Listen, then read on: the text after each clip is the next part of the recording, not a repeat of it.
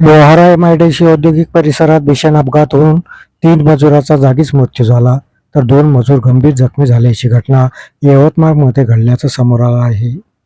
औद्योगिक परिसरात असलेल्या मनोरमा जैन डाळ मिलमध्ये डाळ साठवण्यासाठी वापरले जाणारे लोखंडी स्टोरेज यंत्रणा कोसळल्याने याखाली दबून 3 मजुरांचा घटनास्थळावर मृत्यू झाला, तर 2 मजूर हे यामध्ये गंभीर जखमी झाले. दुर्घटनेत मृत्यू झालेल्या मजुरांपैकी एक मजूर हा वर्धा जिल्ह्यातील असून उर्वरित मजूर हे मध्य प्रदेशातील रहिवासी असल्याचं सांगण्यात येत आहे.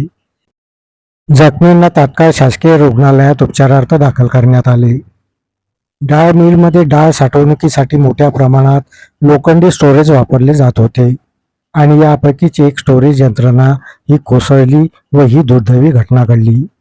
घडलेल्या घटनेचा तपास हा लोहारा पोलीस स्टेशनकडून सुरू करण्यात आला आहे. या भीषण अपघातामुळे औद्योगिक परिसरात शोककळा पसरली आहे.